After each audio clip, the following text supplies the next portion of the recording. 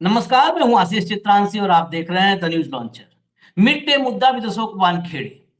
और लेह लद्दाख, लेह की सड़कों पर कल देर शाम जो हुआ है वो आप सबके जेहन में अब तक होगा। उसकी पूरी अपडेट हमने दिखाई। हालांकि अभी उसमें और डेवलपमेंट है, उसमें और अब सरकारी एंगल से उस खबर को दिखाना जरूरी है कि उसमें क्या चल रहा है, उसको दबाने और ढकने के लिए क्या किया जा रहा है।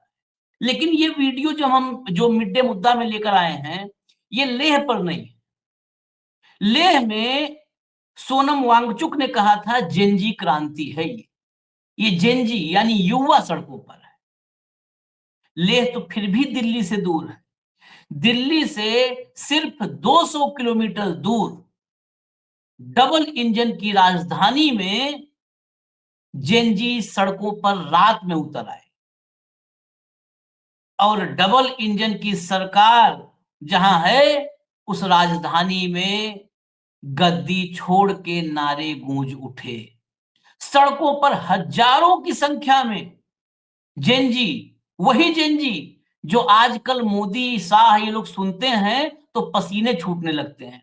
अब तो जेनजी बोलने पर हम जेनजी बोल रहे हैं।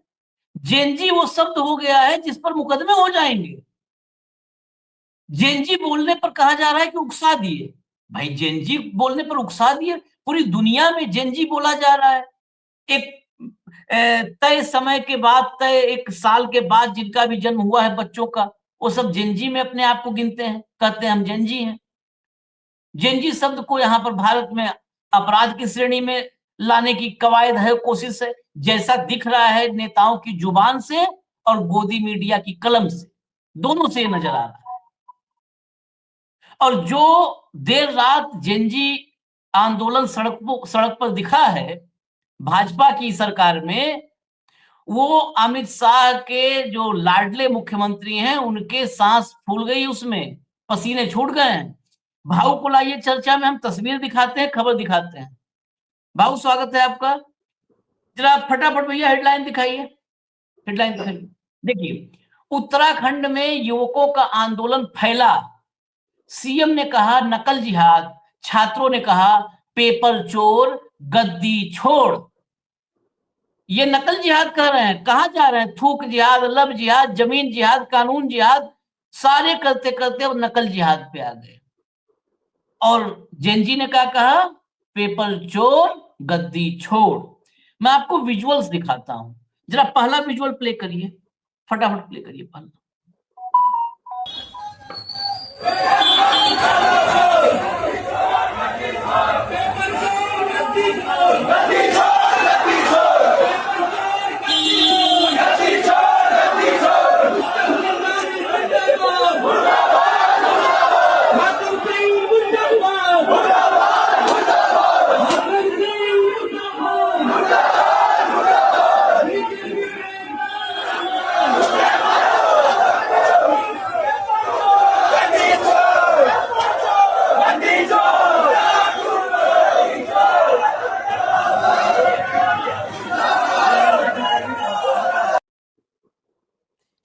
ये विजुअल तो फिर भी आपको दिन का है तो उतना नहीं समझ में आएगी भीड़। हालांकि भीड़ जितना आपने देखा कंटिन्यू आगे बढ़ रहे थे युवा। एक रात वाली, जो हमने कहा रात में सड़कों पर आए, रात परेड ग्राउंड बहुत फेमस है देहरादून में। देहरादून के परेड ग्राउंड वाली तस्वीर, जो रात वाला विजुअल है, जरा वो दिखाइए।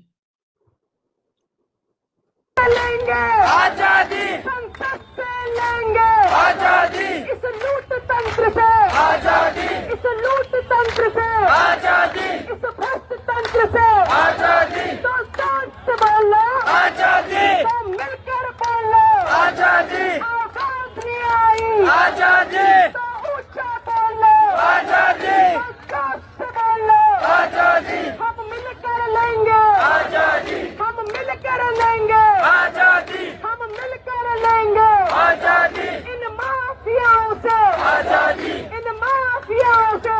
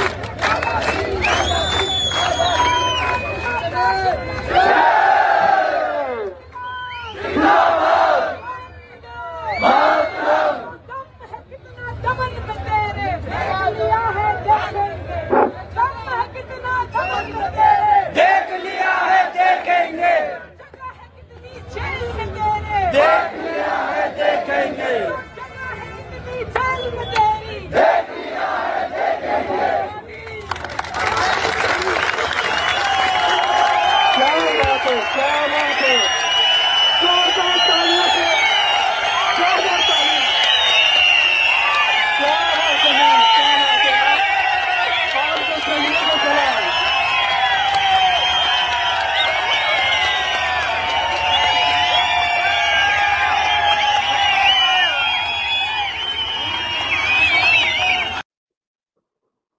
चलिए, आज पूरा हम चुप थे, भाव भी चुप थे, इसलिए क्योंकि सुनने वाली एक बातें थी। उल्टा अगर सुने इसको तो वंदे मातरम, भारत माता की जय सब कुछ था। गद्दार मत कह देना उनको, युवाओं को। वहां भारत माता की जय और वंदे मातरम, इंकलाब जिंदाबाद सब था। और नेपाल के जेनजी से शायद ये संख्या ज्यादा थी, कम तो नहीं रही होगी, नेपाल छोटा सा देश है। इसको जेएनयू लेकिन में क्लब मत करना, जेएनयू वाले हाँ इसमें क्लब मत करना। जेएनयू में भी हाँ आपने गलत नरेशन चलाया था। उन्होंने भी तो आजादी भ्रष्टाचार से मांगी थी, उन्होंने हाँ भी हाँ, आजादी कुशासन से मांगी थी। जो था ना, गुंडों से लेकर रहेंगे आजादी, धामी से लेंगे आजादी, आजादी माफिया से लेंगे भ्रष्टाचार से, आजादी। भ्रष्टों से कितना लेंगे। दमन है। हाँ, तुम्हारे दमन में कितना दम है देख लेंगे, तुम्हारे जेलों में कितनी जगह है देख लेंगे।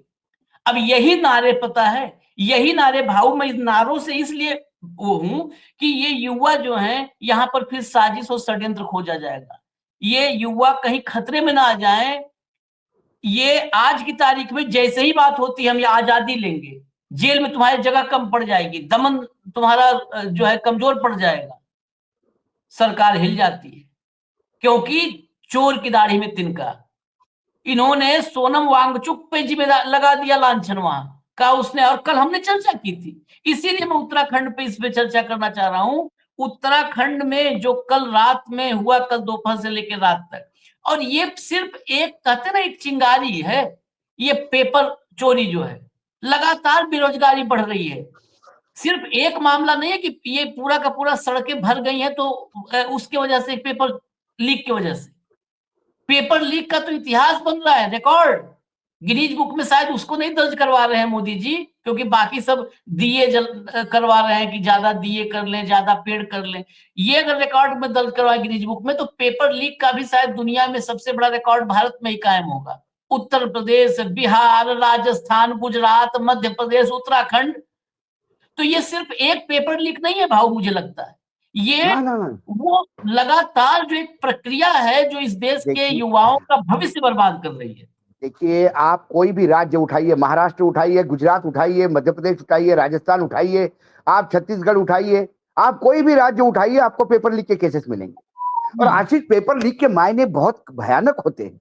एक विद्यार्थी अपने एग्जाम के लिए जी जान लगा के रात को जग जग के 24 घंटे की मेहनत करके तैयार करता है अपने आप को, एग्जाम देता है, और जब नतीजों का इंतजार करता है तो पता पड़ता है कि पेपर लीक हो गया था साहब, इसलिए एग्जाम कैंसिल हो गई। उसके पूरे मेहनत के पानी फेर देते हैं। ये नेताओं को कल धामी साहब को चुनाव की पूरी मेहनत करवाइए, और चुनाव आयोग कहे कि अभी चुनाव हमने 1 महीना आगे ढकेल दिया, क्या कैसी बजेगी उनके ऊपर। और दूसरी बात आशीष, जो सबसे बड़ा ऑब्जेक्शन मेरा है, ये जिहादी शब्द पे, जिहादी शब्द पे।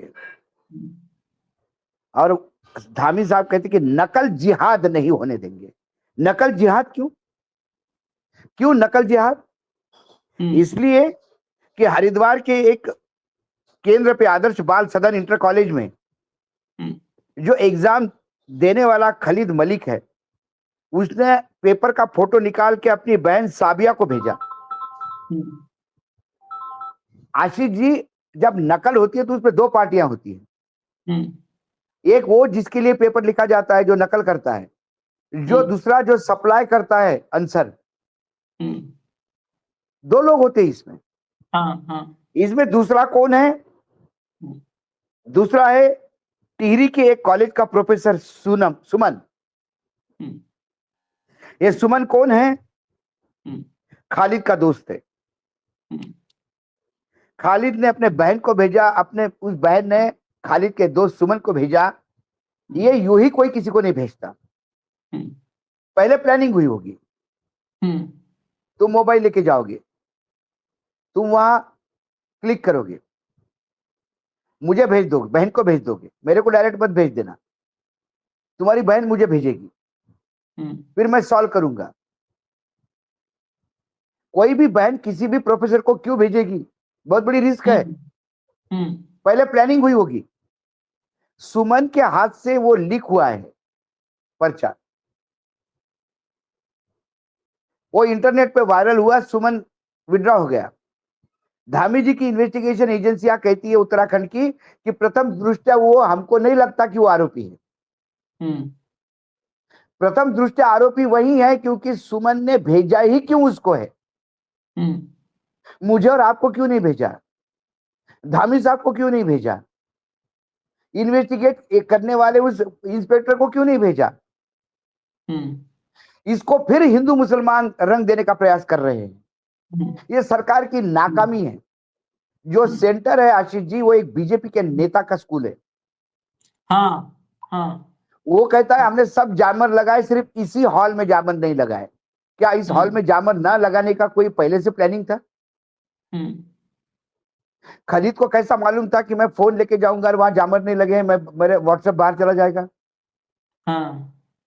खलीद क्यों अपने बहन को वेटिंग करवा रहा था? बहन क्यों प्रोफेसर सुमन को वेटिंग करवा रही थी?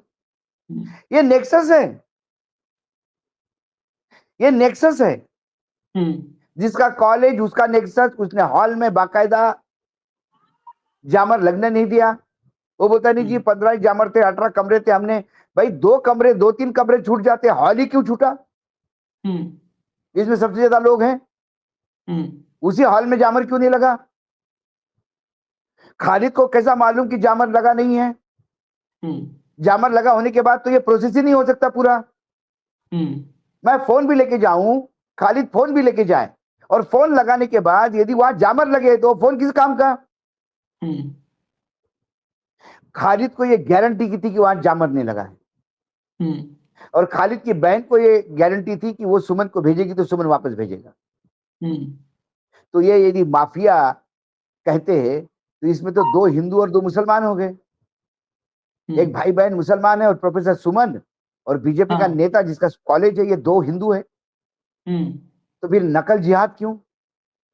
और प्रशासन ने नहीं भाऊ, फिर प्रशासन भी अगर 17 हाँ, हॉल में 15 में जैमर लगा था तो 2 क्यों छोड़ा था? मैंने वही तो कहा। 2 क्यों छोड़ा था? और 2 नहीं छोड़ा तो वहां चेकिंग क्यों नहीं हुई? मोबाइल अंदर कैसा गया? भाई बाकी जगह आप मोबाइल इसलिए लेके जाने देते हो कि जरा क्या करेगा लेके जाके अंदर? It is of no use. Signal ही नहीं आएंगे तो क्या करोगे? तो जब 2 हॉल में नहीं लगे थे तो वहां संगन चेकिंग होनी चाहिए थी, किसी भी हालत में मोबाइल यूज नहीं हो क्योंकि जामर नहीं लगे हैं। ये सारा खेल प्री प्लान्ड लगता है। नहीं तो कोई भी आदमी इतना विश्वास के साथ कैसा एग्जाम पे जाता है कि मैं पेपर मेरे पास आ जाएगा, आंसर शीट मेरे पास आ जाएगी व्हाट्सएप पे, जबकि जामर लगे हैं। कोई रिस्क थोड़ी लेता है कि यार इस बार एग्जाम दूंगा, जामर नहीं लगे होंगे तो कॉपी मिल जाएगी तो पेपर सही, नहीं तो फिर अगले साल देखेंगे। ऐसा तो कोई नहीं करेगा ना। ये प्री प्लान्ड है, प्री प्लान्ड है। इसमें बहुत सारे स्टेट एक्टर्स है, लेकिन धामी साहब इसको नकल जिहाद बोल के सीधा मुस्लिम धर्म से जोड़ के इसको हिंदू मुसलमान बताने का प्रयास कर रहे हैं। ये सबसे बड़ा इनका नरेशन बदलने का एक स्टाइल है। उत्तराखंड जो बहुत शांतप्रिय राज्य था, वहां आपने हिंदू मुसलमान करने का प्रयास करा, कई जगह करा, आपने देखा होगा। मार्केट बैन हो गए, लोगों को कैसे दुकानें खाली हो गई, हमने इस पे उत्तराखंड में तो वीडियोस भी सबसे किए हैं। नरक मचाया, हल्द्वानी से लेके रुद्रपुर, हल्द्वानी हाँ, नरक मचा कर दिया। अब क्या होता है, जब पैसे का खेल होता है तो हिंदू मुसलमान कुछ नहीं होता। हिंदू मुसलमान कुछ नहीं होता, सब 2 हिंदू है इसमें, 2 मुसलमान है इसमें, चारों ने मिलकर कांड किया। और मुख्यमंत्री इसको लव जिहाद कहता है क्योंकि खालिद ने मोबाइल से भेजा था। ओरिजिनल इशू क्या है? पेपर लीक का इशू है ओरिजिनल। लेकिन उसको फोकस करने के बजाय उसको मैं फोकस भाव कर, कि मैं तो ओरिजिनल कहता हूं कि बेसिकली भूसा इकट्ठा था। इस इशू ने हाँ, सिर्फ चिंगारी लगाई है। मैं आपको एक ऑडियो सुनाता हूँ, ऑडियो, वीडियो नहीं दिखा सकते, ऑडियो सुनाते हैं। एक जेनजी लड़की है, छात्रा, उसकी बात सुनिएगा, इसमें सब पता चल जाएगा भूसा कितना इकट्ठा है। 1 मिनट। भगवा घुसने ही ना दिया जाए। इनको बोले झंडा हमारे हाथ में दो और भगवा अपने हाथ में वापस लेके आओ, क्योंकि हमारे संविधान में हमें सिखाया है कि सिर्फ हिंदू धर्म सर्वोपरि नहीं है, भारत के समस्त धर्म सर्वोपरि है। हम हिंदू धर्म के नाम पे बेवकूफ नहीं बनने वाले, क्योंकि सरकार अंधभक्त मत होइए, क्योंकि सरकार हिंदू धर्म के नाम पे हमें बेवकूफ बना रही है। मैं तो एक गुजारिश करती हूँ कि हमारे शहीद तिरंगे में लिपट के आते हैं, इन नेताओं को भगवा में लिपट के भेजो, तब इनको औकात पता चलेगी कि ये भगवा समझ के हमें बेवकूफ बना रहे हैं। तो सरकार, हमारे आयोग के अध्यक्ष, हमारे शहर के एसएसपी, वो सब लोग अपनी मनमानी कर रहे हैं और युवाओं को कम आंक रहे हैं। जिस दिन युवाओं ने अगर नेपाल जैसी हालत कर दी ना और उत्तराखंड में मौसम खराब रहा तो इन्हें लेने के लिए तो हेलीकॉप्टर भी नहीं आएंगे सर। ये तो यही, जैसे बांग्लादेश में, नेपाल में ये हुआ ना, उनको हेलीकॉप्टर के द्वारा उठाया गया नेताओं को। यहाँ पे तुम दुआ करेंगे उस दिन उत्तराखंड का मौसम इतना खराब रहे कि युवा जाग चुका है और आज की भीड़ से वो और जागेगा। समस्त उत्तराखंड वासियों से हमारा निवेदन है कि आप सब लोग आइए, घर वाले भी आइए, बच्चे भी आइए, क्योंकि सरकार अंधभक्त मत होइए, क्योंकि सरकार हिंदू धर्म के नाम पे हमें बेवकूफ बना रही है। मैं तो एक गुजारिश करती हूँ कि हमारे शहीद तिरंगे में लिपट के आते हैं, इन नेताओं को भगवा में लिपट के भेजो, तब इनको औकात पता चलेगी कि ये भगवा समझ के हमें बेवकूफ बना रहे हैं। हिंदू धर्म हमारे संविधान में सभी धर्मों को समानता दी है, ये हिंदू धर्म के नाम पे वोट छीनते हैं हमसे।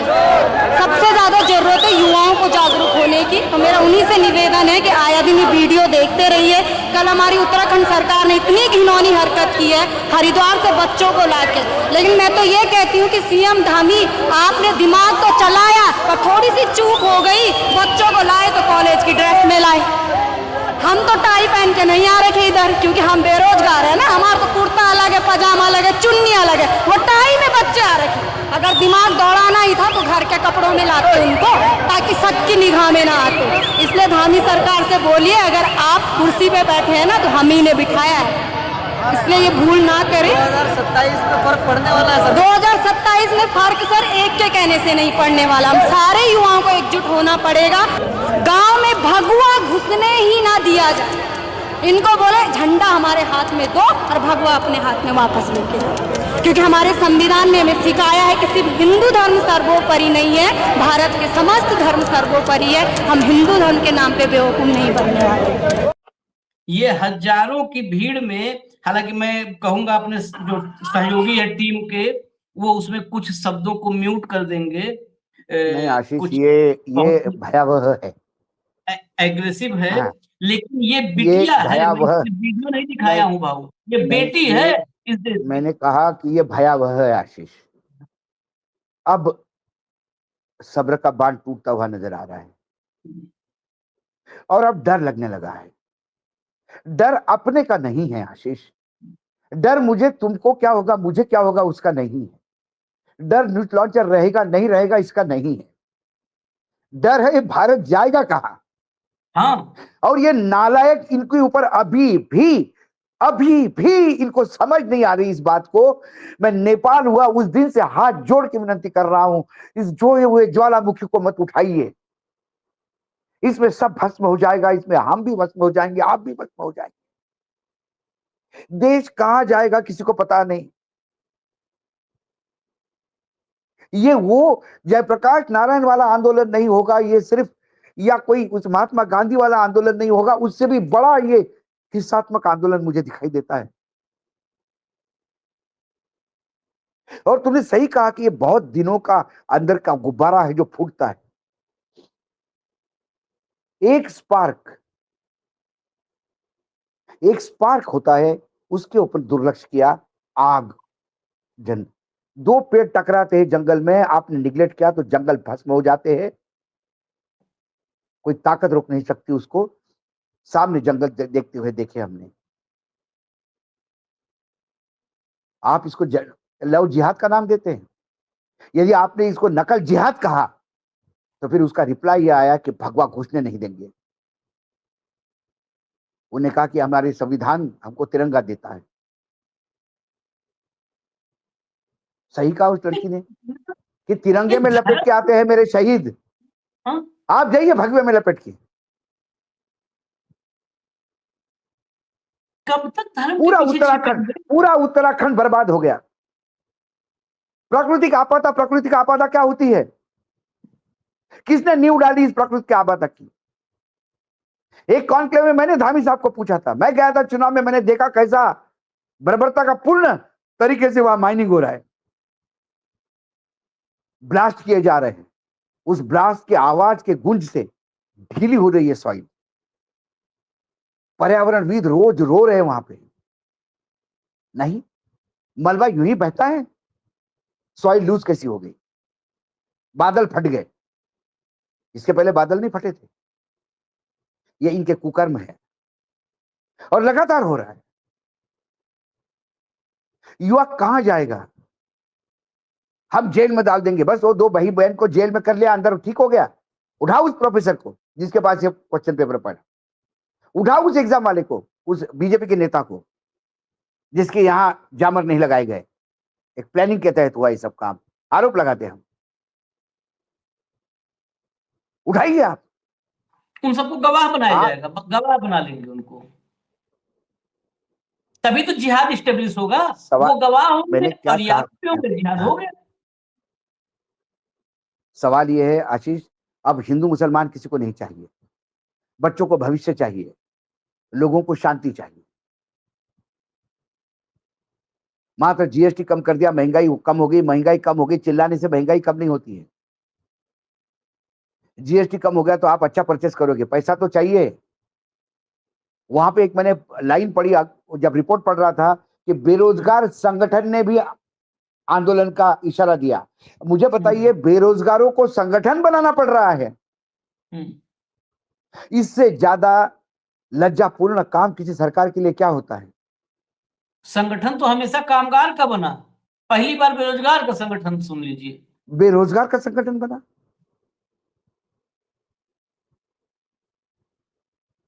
और वो आह्वान कर रहा है एग्जाम के पेपर लीक। आप उत्तर प्रदेश में देखो कितने लीक हो गए, गुजरात का इतिहास देखिए कितने लीक हो गए। उत्तर प्रदेश तो गिनीज बुक में नाम लिखवा ले, दिया अयोध्या में दिया का गिनीज बुक में लिखवाते हैं ना ये, कि दिया जला लिया इतना। और माफिया को नहीं छोड़ूंगा, माफिया को नहीं छोड़ूंगा, बोलने से नहीं होता ना भाई।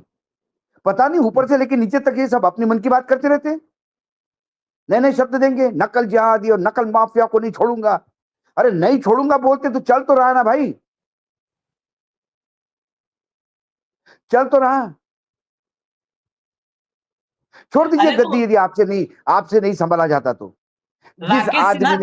जिस आदमी ने जनता ने रिजेक्ट किया, जो आदमी अपने लोक विधानसभा क्षेत्र में चुनाव लोगों का विश्वास नहीं जीत पाया, उसे मुख्यमंत्री हार गया, ये है ना, उसको मुख्यमंत्री बना दिया।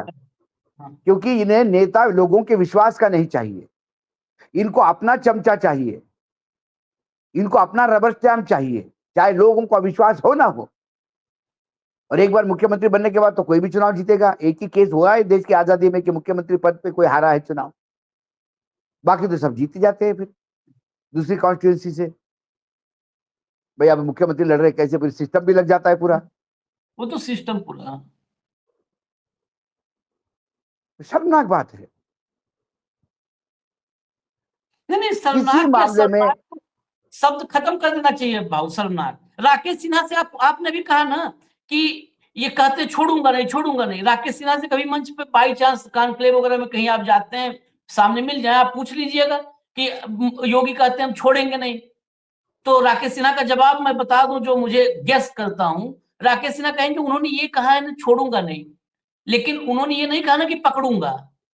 जब वो पकड़ेंगे तब ना नहीं छोड़ेंगे। ये वही राकेश सिन्हा कहा, क्रिकेट थोड़ा ना कहा था, पानी कहा था ना, क्रिकेट पानी कहा था। हाँ, ये विजुअल देखिए, एक और विजुअल आया है लेटेस्ट। ये विजुअल है इसलिए विजुअल दिखा देते हैं। विजुअल जरा प्ले कर देना भैया।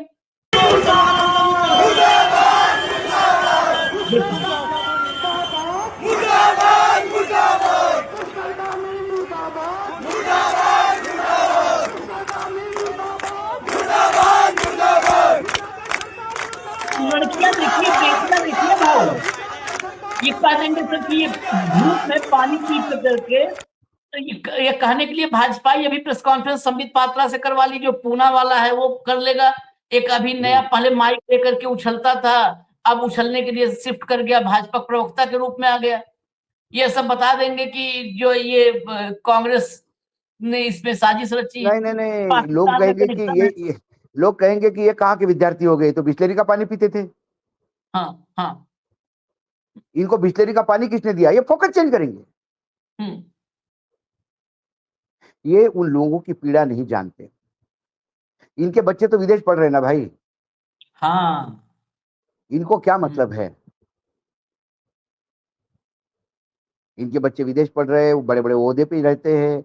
इनके बच्चे चीन में भी जाके काम कर सकते हैं, वहां का फंडिंग भी ले सकते हैं अपने एनजीओ के लिए। सारे रिस्ट्रिक्शन आम आदमी पे है। आप करें तो व्यभिचार, हम करें तो सदाचार, इस तहत चल रहे हैं। और ये लगातार, मैं कह रहा हूं आपको, यदि ये उत्तराखंड में लोग, युवा निकला है रात को बाहर, कहीं ना कहीं उसने लद्दाख भी देखा है आशीष। हम्म। अब युवा यदि निकलने लगे तो क्या किया जाए।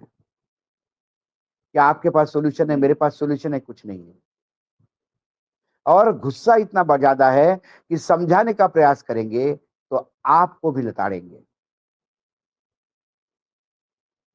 नहीं नहीं, क्योंकि अब समझाने का ये नहीं। अनकंट्रोल्ड, ये वो ज्वालामुखी का लावा है। एक बार बहना शुरू हो जाए, उसका डायरेक्शन आप नहीं तय कर सकते, हम्म।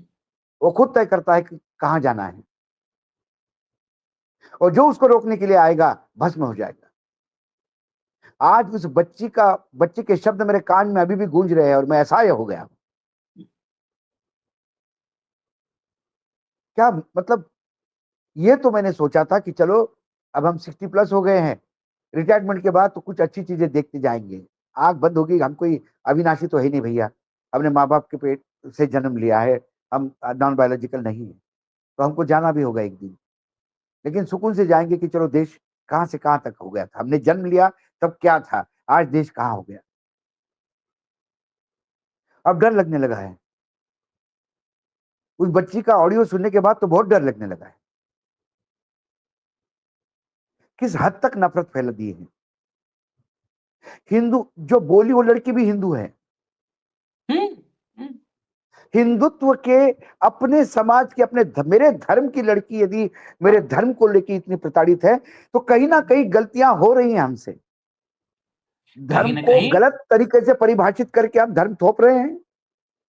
सही हो क्या रहा है, बताइए। कुछ भी हो जाए, ट्रक के नीचे आकर के 4 नौजवान मर गए और मुख्यमंत्री कहे अब ट्रक जिहाद नहीं होने दूंगा मैं। हाँ, पानी क्योंकि पी ड्राइवर, करके जहरीला खाना हाँ, खा लिया, जहरीला पानी पी लिया, पानी जिहाद नहीं होने दूंगा। अरे ऐसे लोगों को पकड़ करके मतलब, अब फिर वही बात कर रहे हैं कि इनको कुर्सी से तो कतई, ये जो लोग बैठाए हैं उनकी गलती है।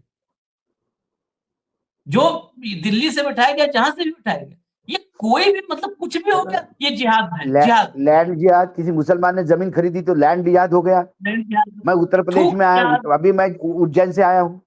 क्या हम्म। जमीनें खरीदी है भैया, परिवार ने, एक ही परिवार ने क्या जमीनें खरीदी है। गजब। वो कौन सा है, वो कौन सा जिहाद, अहिर जिहाद, क्या कहे उसको, नेता जिहाद, क्या कहे उसको।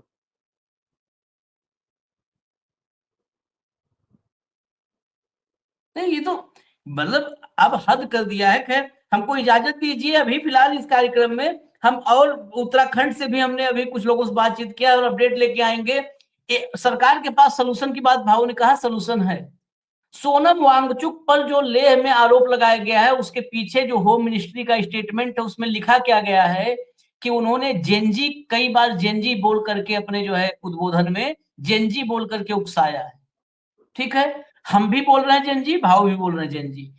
यहाँ युवा देश के उतरेंगे जब सड़कों पर, तो जेनजी बोलने वाला उकसाने पूरे का काम विश्व करता में, है।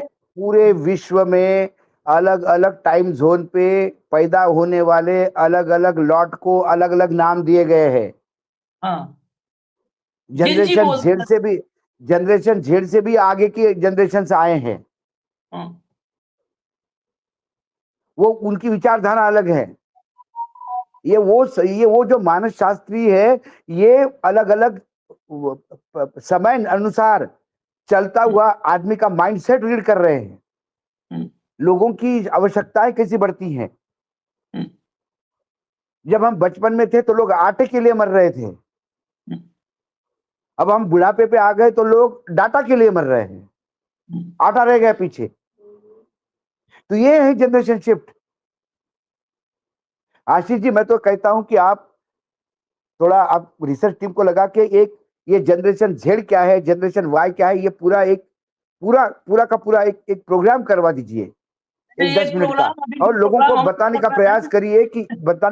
करिए कि जेन जेड जो है, जेन जी जो हम इसको कहते हैं, कि भैया ये कोई देशद्रोह वाला नहीं है। नहीं, वो नेपाल में जेनजी ने जो किया ना, अब जेनजी बोलने से उकसावा हो जाता है। हम उत्तराखंड के, ये बताइए, अगर ये देशद्रोह है तो लिख दो भाई, आज देशद्रोह में लिख दो, हम नाम अपना भी दे रहे हैं और भाउस बिना पूछे उनका भी दे रहे हैं, लिख दो। अगर उत्तराखंड में हजारों बच्चे सड़कों पे हैं और और उनकी उसको हम वेदना, दिखाएंगे, और कहोगे अब उकसा उसको दिए। उसको नहीं दिखाएंगे, उसका हम विश्लेषण नहीं करेंगे, उनके वेदनाओं को शब्द नहीं देंगे, तो थू है हम पर भी। हाँ, जाओ वही कुछ दायित्व पत्रकारिता हमारा करवाओ भी है। उनसे, जो दिन रात करती है पत्रकारिता हर चीज में। गिर गए, नाक के बल गिरे, मास्टर स्ट्रोक, नाक का बलगम निकल गया। नहीं गिरे, देखिए 75-80 की उम्र में भी कितना सीधे चलते हैं। हवाई जहाज से उतरते हैं तो बगल में साइड में रेलिंग को पकड़ना नहीं पड़ता है हाथ से, सी जिनपिन को पकड़ना पड़ता है। देखिए ताकत, देखिए मास्टर स्ट्रोक, ताकत देखिए। बिना हवाई जहाज से जब उतरते हैं तो बिना साइड में रेलिंग पकड़े और गिर गए सीढ़ी पे लड़खड़ा करके, वो नाक का बलगम साफ हो गया उससे, ऐसे झटका लगा तो बलगम निकल गया, मास्टर स्ट्रोक। कोई डॉक्टर की जरूरत नहीं पड़ी। मतलब हर चीज में हद है। दुकान पे घुन लगी हुई कुर्सी है, मास्टर स्ट्रोक, घुन लगी हुई लकड़ी भी बेच दिया। हाँ, कस्टमर आकर के दुकान पे पटक गया, मास्टर स्ट्रोक। इसीलिए रखी थी कि दुकानदार अगर आकर के कोई कस्टमर पटक जाएगा तो आगे घुन लगी हुई कुर्सी कोई बनाएगा नहीं कारीगर, मास्टर स्ट्रोक। Master stroke. नहीं, इसमें तो हर मास्टर स्ट्रोक है। पेपर लीक हुआ, मास्टर स्ट्रोक। जिहाद, नकल जिहाद, मास्टर स्ट्रोक। लड़के रास्ते पे आए, मास्टर स्ट्रोक। और लड़कों का दमन होगा, मास्टर स्ट्रोक। बस हम लोग का मुंह बंद करवा देंगे, उस दिन सबसे बड़ा मास्टर स्ट्रोक हो जाएगा। खैर नहीं, इजाजत दीजिए, अपडेट हम लेके आएंगे फिर उत्तराखंड की, फिर अपडेट लेके बिल्कुल आएंगे, फिर बिल्कुल लेके बिल्कुल। आएंगे और फिर लेके आएंगे। धन्यवाद भाऊ, बहुत बहुत धन्यवाद। नमस्कार। नमस्कार।